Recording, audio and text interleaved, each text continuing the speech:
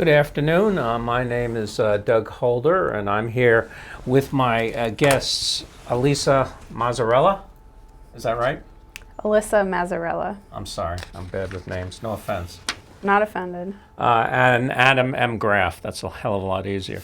Both these people are poets and are in the UMass Boston MFA program, right? In Boston, right? Mm-hmm. UMass Boston MFA program. And Alyssa, right, is writing at UMass Boston. She's teaching at UMass Boston. In 2013 and 14, she received the Academy of American Poets Prize, a Mary Doyle Curran Scholarship, a Brian Radican Scholarship.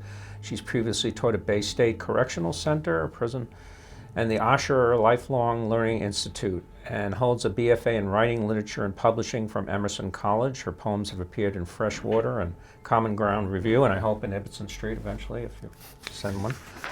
And our other gentleman here, our other poet, right?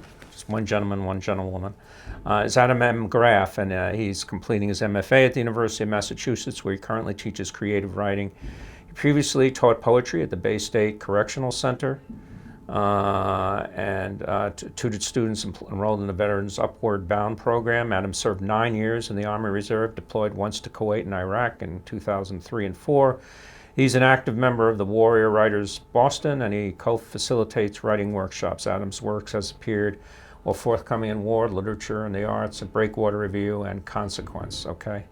In 2013, he received the New England Poetry Club's the John Holmes Award. So basically, I'm going to ask you, you guys, what led you to the MFA program at UMass Boston? I mean, there's certainly a hell of a lot of programs out there. And what has the experience been like? Maybe we'll start out with you. Sure. I applied to a few different programs and got into a few. One of the biggest reasons I ended up at UMass was just because I went and sat in on the class there and was really... What class was that? It was the workshop that I would eventually have been in the fall, and I taught that? Yeah. I believe it was Lloyd Schwartz who was there that day. Okay. And I was just really struck by the talent of the students and the supportive community environment. It was very non-competitive. Everyone was doing very different work, which isn't always the case at all MFA programs. So you said it was non-competitive because people always have the opinion, to go in there, you rip each other apart, and that happens a lot, I hear, but not UMass. It's not so much that. No, I think people give critical feedback for sure. I don't think there's mincing words, but I never got the impression that students are somehow trying to outdo one another. And I think because the aesthetic is very all over the place, everyone's sort of pursuing very different styles of poetry, that it can be a community environment where everyone's sort of supporting each other and finding their readers rather than somebody trying to, one up and yeah. Shit. And how about you? What led you there? And Yeah, I was thinking about applying to MFA programs, so I took the advanced poetry workshop with Jill McDonough, who's the director of the MFA program now. And I really enjoyed what I was doing with her, and I knew that she would probably be at UMass Boston, so I applied for just the one program, and I got in, and I, like Alyssa, visited one of the workshops. Who did you visit? Lloyd was leading the workshop, but Martha Collins was there as well. She started the undergraduate creative writing program. I knew she was involved with UMass Boston. Yeah. We interviewed her here. Yeah. But yeah, I just liked it, and having been in it now, I feel very supported by my cohort, and I think it's awesome what they're doing in terms of bringing in so many different types of writers into the program, because I would venture to say that you would agree that we're all different. We're all very, very different writers. And that's good, right? You want eclectic. Really good, because I've learned a lot from my peers. Yeah. So much is made about how students are going into these programs. They come out, technically proficient, but there's a certain sameness to the work. People say, yeah, you got to go out and be a longshoreman, a merchant marine, really live life. In fact, I was speaking to a professor at Emerson, and she tells her students, for instance, keep that job as a as a bartender, because you'll get much more experiences and time to write than you would in an MFA program. How would you answer this? I really think it's a personal decision, in that a lot of people I talk to, it's like they wanted time to write. That's definitely one major reason to pursue an MFA program, but I think there are other ways to make time. I personally went back because I really did want to become more proficient at certain things related to craft, but it's also a ready-made community for you to walk into. It's time for you to read in addition to writing. When you say it's a community, I mean, this is a commuter school. You're not living in like Iowa Writers Workshop. You're not, right? Sure. So, I mean, how is it a community? I mean, you are interacting with each other intellectually, and there's deadlines involved in that. I think that's another thing that MFA programs offer is deadlines. But you're working alongside each other, and I think that can quickly turn into a community where people are at least going out for a drink or dinner afterward, even if they're not living in dorms with each other. And that's important. I think it's important if you've, like me, had found yourself in an office somewhere and didn't really know how to find access to that community, which seems really absurd when you're in a city like Boston or Cambridge. But I think it happens a lot to be able to find those connections.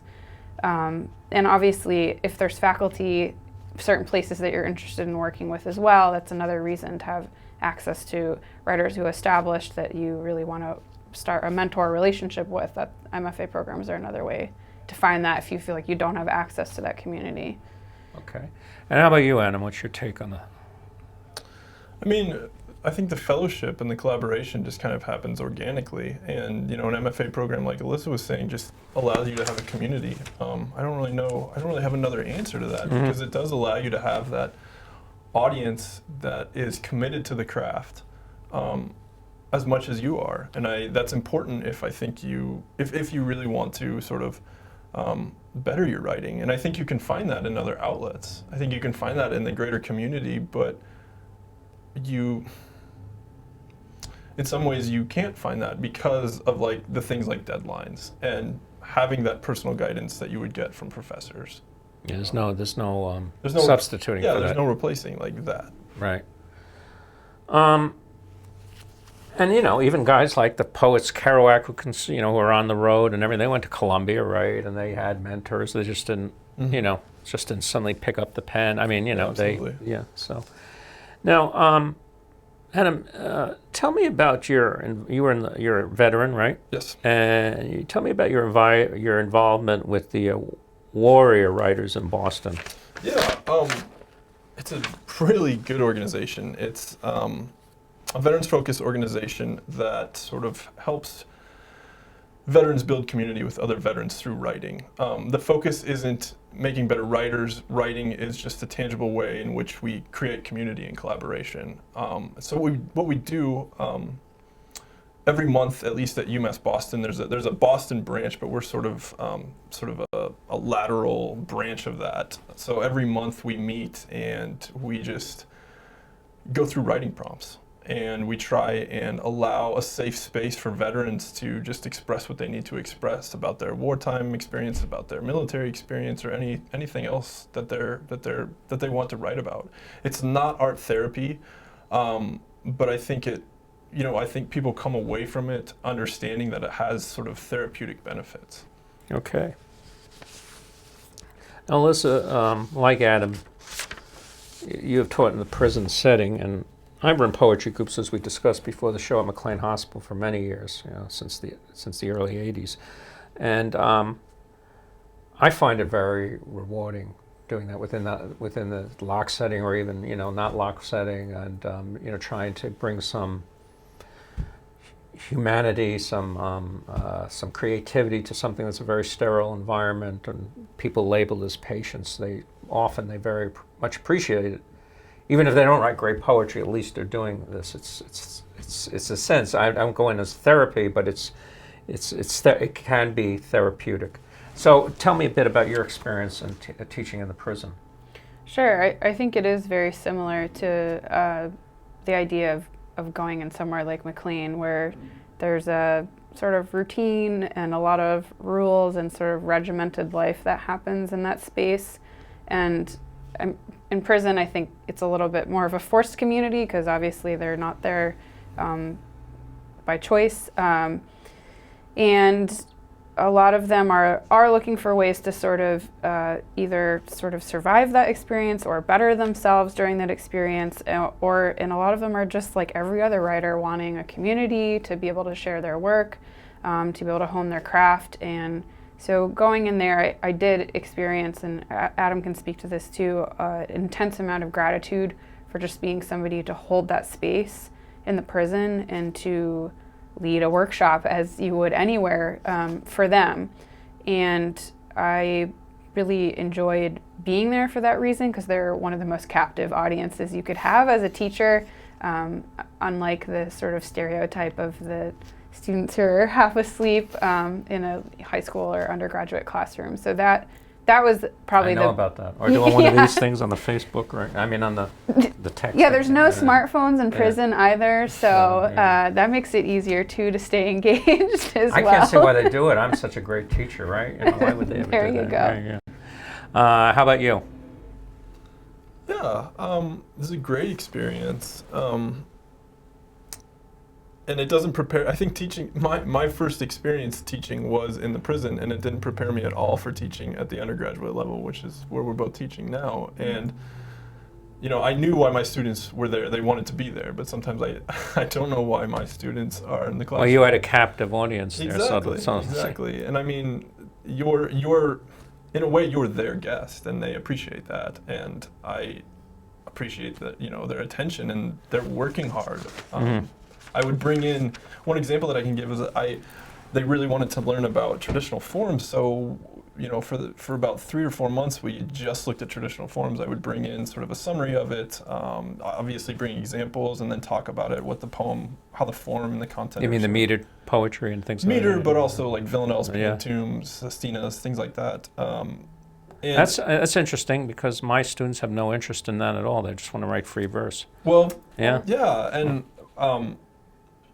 so anyway, they really wanted that, and so we talked about that, but sort of one of the effects was that they came in the next time having all tried writing in the traditional form, and without even being prompted or encouraged, it just happened. And I thought that was really, like you're saying, people aren't interested in that, but they were, and I loved that.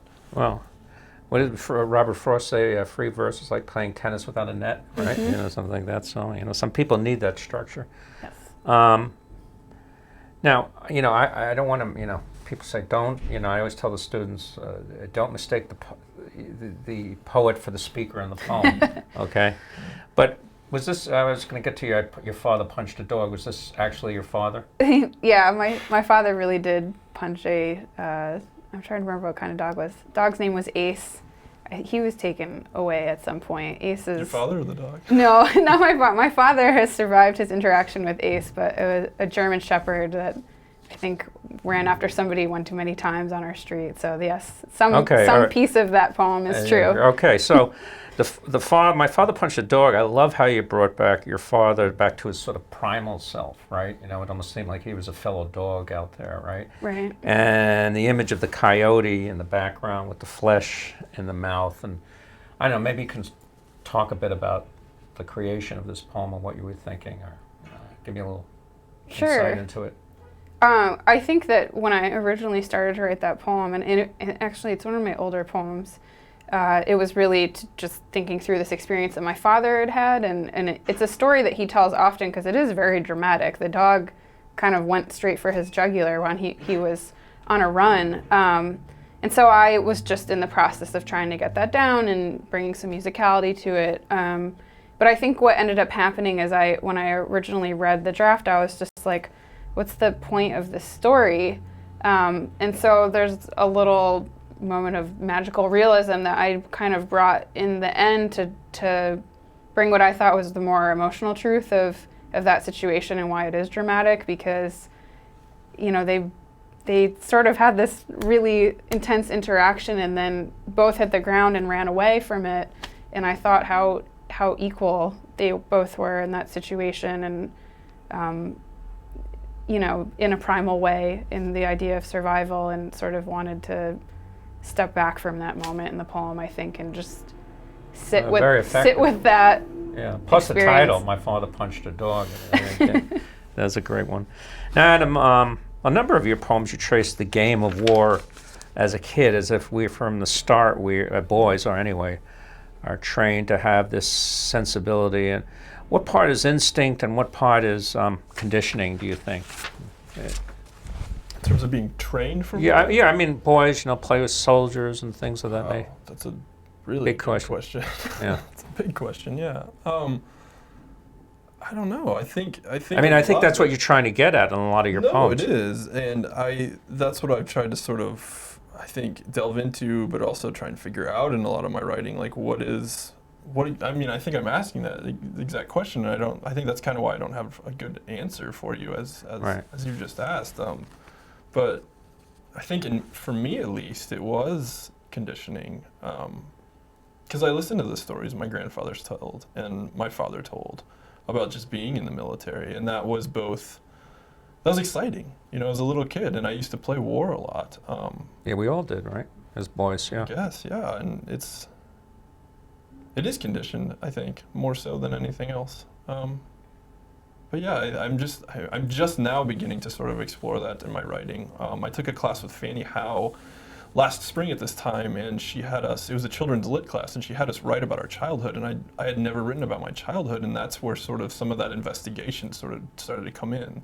And I'm very fortunate I feel very fortunate for having taken that class, because I started to delve into that, and I think that works well in the manuscript that I've completed this semester.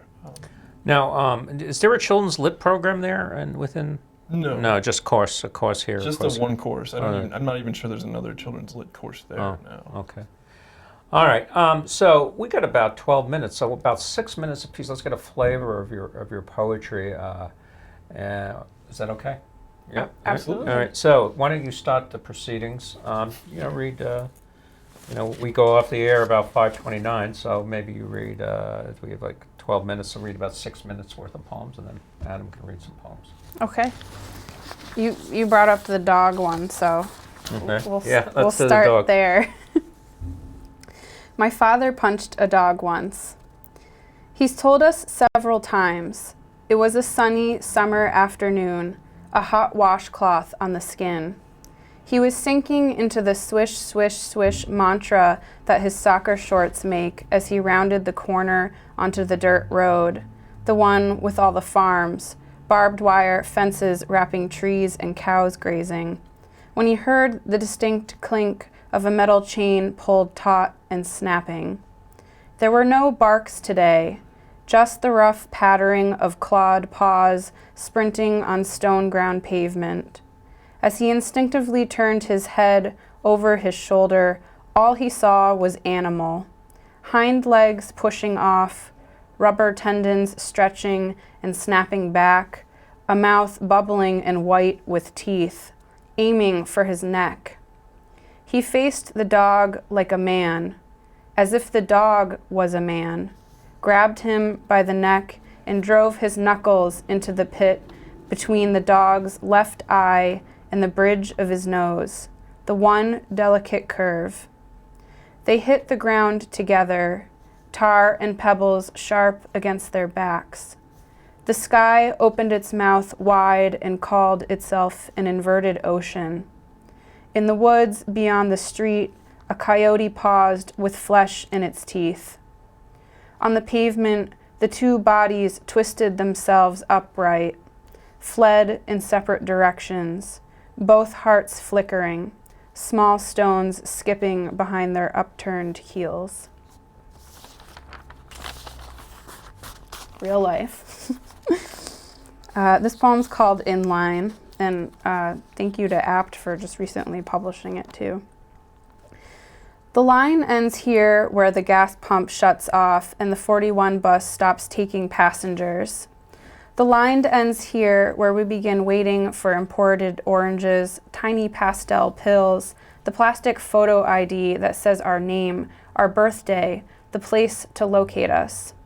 Here where hydrocarbon feeds into the oven, electricity splits its currents, blue cooling syrup leaks from a cracked gasket. And here, where the dam overflows onto the olive grass, where the fence edges the winding black path and spruces spill into the crowded forest, where the crosswalk abuts the sidewalk, where the lit-up signpost chirps and blinks, the line ends. Here, where you describe my stride on the gum-dappled street, where the crease between your lips bends into your cheek. My body closes its skin, and the air juggles its electrons like bounding balls. The line ends where the palm reader sees the pleat between my thumb and forefinger. The line ends where the curve begins, at three-dimensionality, at the pool of water the heron stands in, his one leg bent like an elbow. This poem's called Halloween. A leopard tail bobs above my buttocks as we wander cul-de-sacs, not seeking candy. With the speckled stuffed appendage tucked between my legs, I flog him as a joke. The rhinestone-encrusted front lawns surround us. Red sugar clings to our tongues. I feel his chest against my back. His fingers pry at the lip of my shirt, then lift as a pair of headlights lights my cold, stippled skin. Hair winds my face, and his tapers into dried corn husk gold. We climb into the dark trunk of my station wagon, the sky through the sunroof like loam and body glitter, and tear the night open like an expected piece of mail.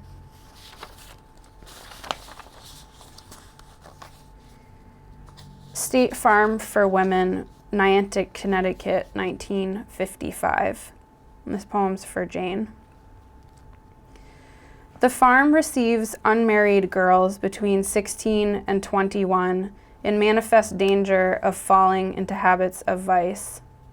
Each screened for IQ, VD, dental health, then dressed in cotton dresses, taught to wash and fold, can fruit, sew, milk, or cook. It's here that Jane's hand wrung an udder of a cow not called. Those cattle left to wander, lactate, graze. On Thursday nights, home night, she gently pressed a cottage mate's hair, lined her eyes, used spray to fix stray things in place. Appearances important to development of self-respect in female prisoners. Out the window, an inmate opened a gate to the meadow.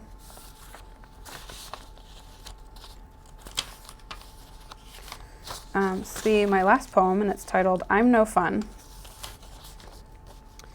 I go home after one drink for reruns, spicy tuna roll, sweatpants, dishes in the sink. I color code my calendar, think knee length is short, worry about freckles, won't drive home after one drink. I walk in stilettos like I hate concrete, put feminist on my dating profile, fold panties to Joni Mitchell, unclog the sink. I wear sports bras twice, 3 times, until they stink. I say no to free cupcakes, flaunt my self-control, head home after one drink. I cook vegan for fun, refuse to wear pink, leave my bikini line ingrown, gripe about dirty dishes in the sink. I track my monthly expenses and don't have any kinks. I let you pull my tights down, then say no, go home, have one more drink, put my sweatpants on, clean the dishes in the sink. Thank you. Thanks. All right. These poems are focusing on my military and wartime experience. Okay. First one is from a series of convoy poems. It's called Convoy 2. How did I look in the gun truck? My rifle aimed at you, your wife, and your 2 boys in the back seat, wrestling for the view between headrests so they could see me. Did you notice my arms, the left sweeping and panicked, signaling you to back off, the right flexed to keep the barrel level. Shukran, thank you for raising your hands, nodding, then slowing to join the traffic stalled alongside our convoy. Because I was more afraid of what I might have had to do to you and your family than I was of the road surging skyward, like the prayers I know we shared, our lips shaping different vowels for the same God. Dujal School Reconstruction Project. No, I say, like this. And near the courtyard, I show a group of boys the key to the removable thumb trick. How best to hold their hands, which knuckles to bend, why the right forefinger should hide where the joint appears connected. The smallest boys squeeze to the front, and I motion the shy ones closer, gently fold their fingers in my hands. That's what I was doing when the oldest went for my trigger, the rifle hanging barreled down from my vest. I slapped away his hand and another appeared. The two boys were still giggling when I knocked them down, stepped back to keep them all in front of me. A clear line of sight, their skinny bodies. The next two are from a longer series titled Practicing Mindfulness at the VA. 1. Private Finch went away. For a year or so he sweltered, armor swaddled. And itching with sand he came back, insomniac. So he bottle-fed the nights, tried to rinse his anger clean, but staggered he walked. Your head, they told him, your head. Then in swam pills. Like a cancer, Private Finch grew. Silent, he blamed himself. The three lost, lay dead, awake. Their names nipping, spread over Finch like a map he could point to where the tapping started. Against his temple, the pillow smothered, slumped. And Finch watched himself less a little more become. Go, they told him, for you are a mountain. He thought thick veins of granite, conjured up evergreens. You endure. The shudder when Finch bent to lift an eyelid and reveal the dark fixed pupil of a man whose friend clutched him, sobbing. Practice, practice. 3. This one Finch hated to tell. There once was a boy named Coulson, a corpsman he became. And valor too, cruel the pangs when he came home, forgetting times he couldn't help. His devil dogs yelping, eviscerated. He hears them at the window pant. Worse than. Go on, they encourage. So Coulson calls, foaming, panicked, and nights away the day. A friend, he tells Finch before licking the barrel, dunked the newborn and slit the wife. Coulson's throat thick and drinking. He wishes Finch well, says, expect a letter. Then up he hangs.